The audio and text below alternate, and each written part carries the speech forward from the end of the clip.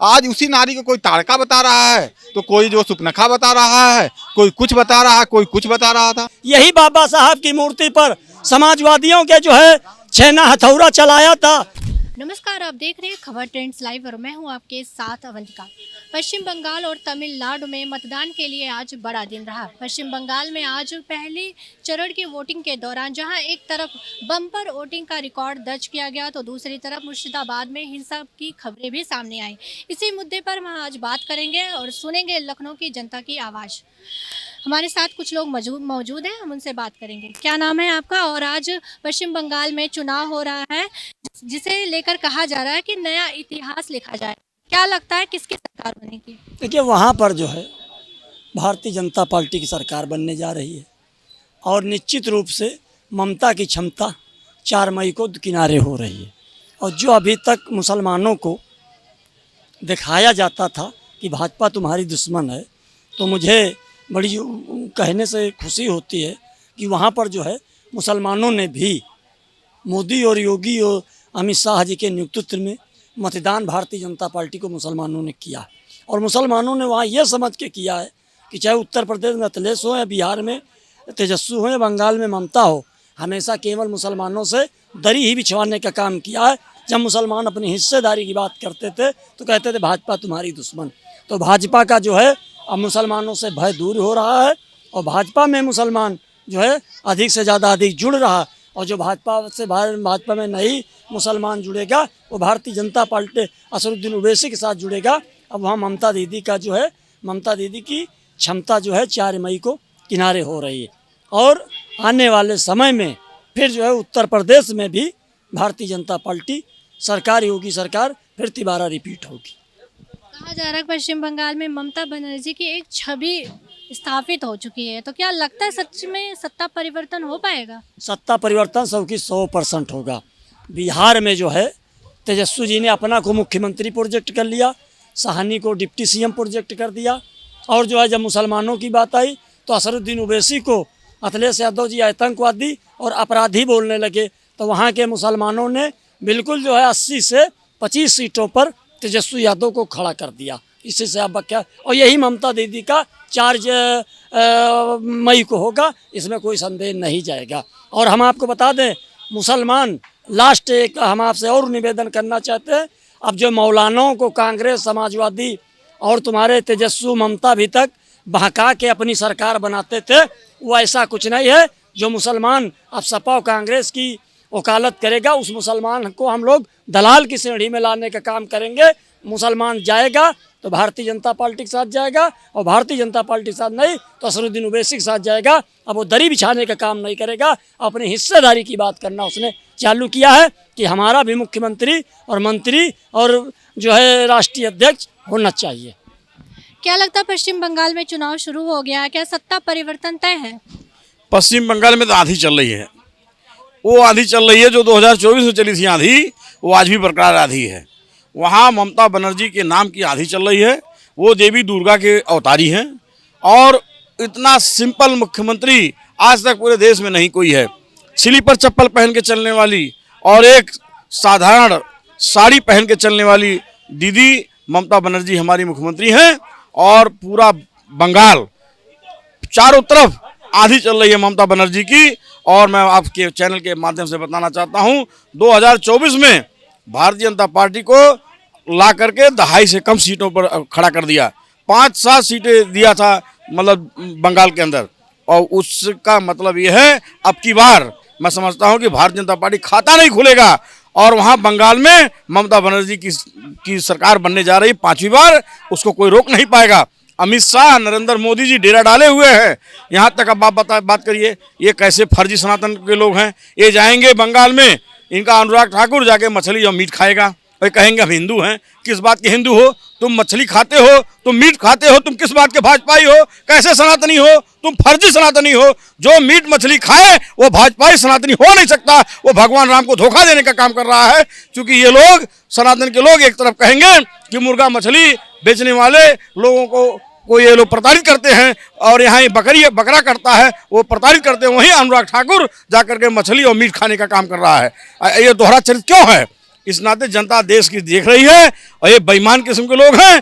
Bharatiya Janata party खाता नहीं खोलेगा बंगाल के अंदर। बंगाल में प्रधानमंत्री नरेंद्र मोदी कह रहे हैं कि कई जिलों में टीएमसी खाता नहीं खोल पाएगी।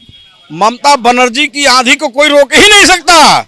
ये नरेंद्र मोदी जो झूठे मुख्यमंत्री है, प्रधानमंत्री हैं, इनकी झूठ भी नहीं रोक पाएगा। वहां ममता बनर्जी एक तरफा चुनाव जीतने जा रही है। हो सकता है इनका खाता खुले ना खुले, कोई भरोसा नहीं है। 2-4 सीटें आ जाए तो आ जाने, तो इनकी सीटें भी आने वाली नहीं है। ममता बनर्जी 4 तारीख को शाम को 5वीं बार मुख्यमंत्री होने जा रही हैं। डंके के चोट पर कह रहा हूं, लखनऊ से आवाज दे रहा हूं, अखिलेश यादव ने भी ठाना है ममता बनर्जी को जिताना है। ममता बनर्जी 5वीं बार मुख्यमंत्री बनने जा रही हैं, कोई नहीं रोक पाएगा। अब ये बगल वाले कह रहे थे कि ओसैबुद्दीन वैसी कोई हैं, वहां से गए हैं रोकने के लिए ममता दीदी को।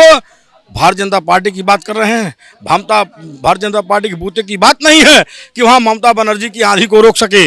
वहां ममता बनर्जी 2/3 से अधिक 90% सीटें ममता बनर्जी की जीतने जा रही है और मुख्यमंत्री होने जा रही हैं, कोई नहीं रोक पाएगा।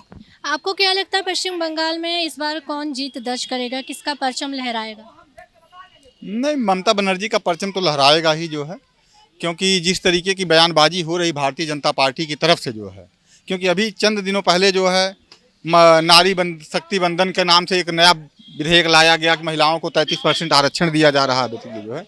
लेकिन मैं ये देख रहा हूँ कि जिस नारी की बात कर रहे हैं जो है लोग, उसको महिमा मंडन करने के लिए, उसको सम्मान देने के लिए जो है, आज उसी नारी को कोई ताड़का बता रहा है, तो कोई जो सुपनखा बता रहा है, कोई कुछ बता रहा है, कोई कुछ बता रहा था।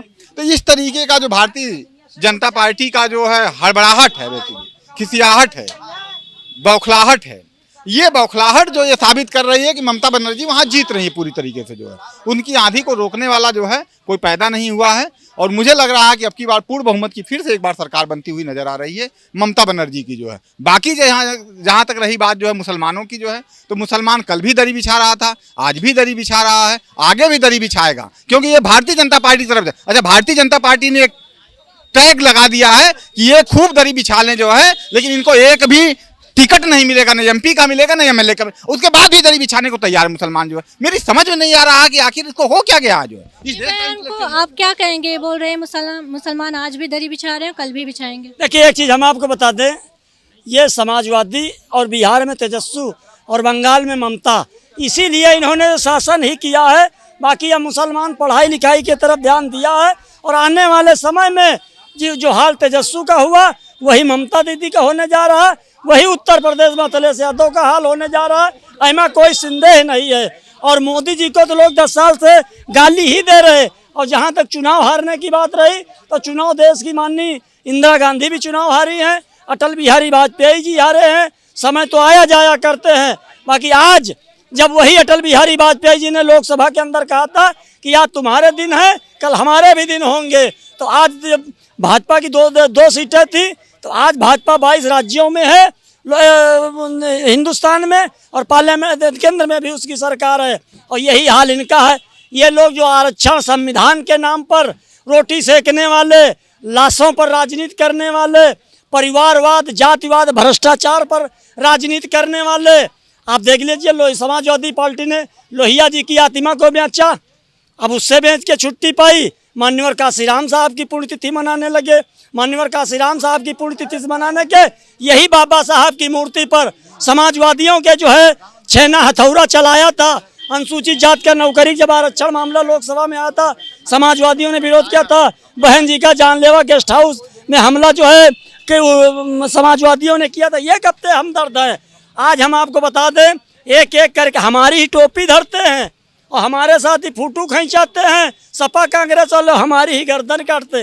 भाजपा तुम्हारी दुश्मन है। तुमने हमको क्या दिया? अरे ये कहो, यही 2009 में माननीय मुलायम सिंह जी ने माफी मांगी थी मुसलमानों से, तब जो है कौमी एकता, डॉक्टर अयूब, आजम खान निकल गए थे, तब सब मिले थे, तब समाजवादी की सरकार बनी थी। और जो आज एक एक करके मुसलमानों को समाजवादी ने मिटाया है, तो समाजवादी को 27 में मुसलमानों ने भी तय कर लिया है मिटाना कि अब दरी नहीं बिछाया जाएगा। मुसलमान जाएगा तो भारतीय जनता पार्टी में जाएगा, या फिर Asaruddin Owaisi Indian Muslim league party में जाएगा। और 27 में 27 समाजवादी पार्टी नहीं पाएगी। एक मिनट, यही आरक्षण संविधान के नाम पर राहुल गांधी अखिलेश यादव 37 सीटें 43 सीटें लेके आए। अब आज कहाँ आरक्षण कहाँ संविधान है जो ये लोग जो है नहीं उतर रहे हैं। ICJ कानून में यही दगेबाज जो लोग सपा कांग्रेस के लोग हैं, यही लोगों ने जो है कहा कि ये निर्दोष कोई फंसने न पाए, दोषी न बचने पाए। मैं अखिलेश यादव राहुल गांधी से पूछना चाहता हूँ कि आज OBC SC माइनॉरिटी के लिए मुंह पर आप ताला डाले बैठे हो, क्यों बैठे हो? निकलो रोड पे। CBI से सब डर रहे हैं। 27 में 27 नहीं मिलेंगे और आजम खान भी सपा के सिंबल से नहीं चुनाव लड़ेंगे। इसी में 27 में सपा के दोनों पहिया पिंचर हो जाएंगे। और एक चीज हम आपको बता दें, जो सीमा राजभर राष्ट्रीय अध्यक्ष बनाई गई है तो केवल ओम प्रकाश राजभर को गाली देने के लिए, और जितने एक दूसरे को गाली देता है उतने जो है वो सक्सेस होता है। ओम प्रकाश राजभर जो है तब के लहू से निकल के आया है। अखिलेश यादव जी ने विरासत में गद्दी पाई है, बुद्धि नहीं पाई है, इसलिए जो है 14, 17, 19, 22, 24 सब ठगबंधन में जा रहा है। कांग्रेस सपा को गाली देती, सपा कांग्रेस को गाली देती, सपा कांग्रेस को चोर बताती, कांग्रेस सपा को चोर बताती। जब चुनाव होती है दोनों का ठगबंधन होता है। यह चरित्र चेहरा दोनों का है। और अखिलेश यादव जी और राहुल गांधी दोनों जो है गद्दी तो पा गए हैं, बाकी बुद्धि और मुद्दा बेहीन है और वैसे बेहीन रहेंगे। राहुल गांधी ने देश में यात्रा निकाली थी देश को जोड़ने के लिए, और बिल्कुल देश का टूटते बचेगा। यही ऊपर वाले का रहमो करम रहा, इसके अलावा कुछ नहीं। चलिए हम और लोगों से बात करते हैं। पश्चिम बंगाल में किसकी लहर चल रही है? देखिए, पश्चिम बंगाल में ममता बनर्जी की लहर तो चलेगी ही चलेगी, क्योंकि कारण ये है कि उनके पास वोटर्स सब गणित लगा के वो अपना बांग्लादेश के वोटर्स अपना ले आई हैं, तो ऐसे में उनकी गणित चलेगी। लेकिन मामला ये है, लहर का मामला ये होता है कि जब पश्चिम बंगाल की जनता मारी जा रही थी और वहाँ के वोटर्स वो मुस्लिम ले आके उसको मरवा रही थी पश्चिम बंगाल की जनता को, तो जनता तो वहाँ मेन तो पश्चिम बंगाल की ही है। ये लोग जो बाहर से आए हैं तो कितने वोटर हैं, तो अब सब जान गए हैं कि अगर ममता बनर्जी यहाँ रहीं तो हम लोग की जान जाना तय है। तो ऐसे में अब सभी ने तय कर लिया है, जब जनता जिस प्रदेश की तय कर लेती है कि इनको उखाड़ के फेंकना है, तो चाहे कितनों गुंडा राज ला दे, कितनों क्रिमिनल राज ला दे, कितनों आतंकवादी राज ला दे, उसको कोई उखड़ने से रोक नहीं सकता। तो ऐसे में स्थिति है, बीजेपी वहाँ सेकंड पार्टी बन के उभरी है। तो ऐसे में ये है कि जनता जिस तरफ चाहेगी वही फिर जीतेगा। लेकिन दरअसल ये है कि बीजेपी को भी चाहिए कि मोदी जी का 75 साल हो गया है, इस उम्र में तमाम चीज़ों में वो फंस चुके हैं। इनको तत्काल इनका नेतृत्व परिवर्तन कर किसी दूसरे व्यक्ति को बीजेपी की तरफ से नेता बनाना चाहिए, तभी यह जीत पाएंगे। अन्यथा मोदी जी की अब वह छवि नहीं रह गई है कि यह किसी प्रदेश में चुनाव जीत सकें। प्रधानमंत्री ने तो दावा किया है कि 4 मई को हम जीत रहे हैं। असल में प्रधानमंत्री जी जब पहले दावा करते थे तो इनकी स्वच्छ छवि थी। अब जो दावा कर रहे हैं, इन पर स्ट्रीम फाइल में नाम आया, उस पर ये कुछ नहीं बोले। उसके बाद फिर आपका सुब्रमण्यम कह रहा, उस पर नहीं ये कुछ बोले। उसके बाद फिर जब ममता बनर्जी ने गृह विभाग के सचिव की 4 गाड़ियाँ का पहिया खोल दिया, उस वक्त ये कुछ नहीं बोले। जब पश्चिम बंगाल में नरसंहार हो रहा था, जब पश्चिम बंगाल में हिंदू मारे जा रहे थे, बहन भाइयों का रेप हो रहा था, तो उससे तब भी ये कुछ नहीं बोले।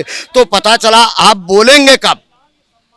जब बीजेपी चली जाएगी। तो ऐसे में ना बोलना इनका सब यह सिद्ध करता है कि कहीं ना कहीं इनके अंदर भी खोट आ गया है। तो ऐसे में अब जनता जान चुकी है। तो अब बीजेपी से मैं यही कहूँगा, सवाल और करूँगी, एक मिनट बता दे, बीजेपी से मैं यही कहूँगा, RSS से कहूँगा कि ऐसा डूबते का सहारा मत बनिए, हारे का सहारा मत बनिए। अब इनके पास कुछ नहीं रहा, छवि खराब हो चुकी है। ऐसे में किसी दूसरे व्यक्ति को ले आके नेतृत्व दें, और इनका उम्र भी 75 हो चुका है। आडवाणी, मुरली मनोहर जोशी को इन्होंने इसी आधार पर डाल दिया, तो क्यों नहीं रिटायर्ड होते, क्यों नहीं युवाओं को ये अवसर देते हैं? इनके मन में कुछ और है, बाहर कुछ और है, और रहते कुछ और है, करते कुछ और हैं। क्योंकि युवाओं को ये नहीं बढ़ाना चाहते। 75 साल की उम्र में 47 साल का चुनाव देखना चाहते हैं। किस बात का देखना चाहते हो? क्या बीजेपी में नेतृत्व का कमी है? ऐसे में बीजेपी RSS को सोचना चाहिए, इनका नेतृत्व परिवर्तन कर देना चाहिए, नहीं तो अपने साथ साथ ये बीजेपी RSS को भी खत्म कर देंगे। आपको क्या लगता है पश्चिम बंगाल में किसकी लहर है? भारतीय जनता पार्टी जीत दर्ज कर रही है या फिर ममता बनर्जी फिर से आएंगे? निश्चित रूप से जिस तरीके से ममता बनर्जी में ने तानाशाही करके गुंडागर्दी और तुष्टीकरण की राजनीति कर रही हैं। निश्चित रूप से अब की उनकी सरकार जा रही है, भारतीय जनता पार्टी के नेतृत्व में सरकार बन रही है। आज जिस तरीके का बम्पर मतदान किया है वहाँ पर सारा सनातन एक हो गया है। वहाँ पर हिंदुओं की जो बहुत बुरी स्थिति कर दी थी ममता बनर्जी ने। लोग नवरात होते थे तो उसके लिए परमिशन लीजिए, अगर राम बारात निकालनी है तो उसके लिए परमिशन लीजिए, लेकिन मुसलमानों के लिए ना ताजिया के लिए परमिशन ना कुछ। जिस तरीके से ममता बनर्जी गुंडे उनके लोग वहाँ पर उत्पीड़न करते, महिलाओं के साथ जीना हराम हो गया। जगह जगह स्कूलों में हो रहा था, मेडिकल के महिलाओं के साथ बलात्कार हो जाता था, सब टीएमसी के गुंडे होता क्या करते थे। आज वहाँ पर आज सनातन की लड़ाई, आज हिंदुत्व की अस्मिता की लड़ाई है। निश्चित रूप से पश्चिमी बंगाल में भारतीय जनता पार्टी के नेतृत्व में सरकार बनेगी। जिस तरीके से माननीय मोदी जी के सभाओं में बम्पर जन समर्थन में पब्लिक आ रही है और योगी जी के नेतृत्व में जिस तरीके से वहाँ पर लोग इकट्ठा हो रहे सभा में, तो निश्चित रूप से वहाँ का हिंदू समाज एकजुट हुआ है। निश्चित रूप से अब की भारतीय जनता पार्टी के नेतृत्व में पश्चिमी बंगाल में सरकार बनेगी। तो आपने लखनऊ की जनता के मन में क्या है आपने सुना। अब देखना ये अहम होगा कि बंगाल में नया इतिहास रचा जाएगा या फिर से ममता बनर्जी सत्ता में वापस आएंगी। कैमरा पर्सन आशीष के साथ मैं अवंतिका, खबर ट्रेंड्स लाइव।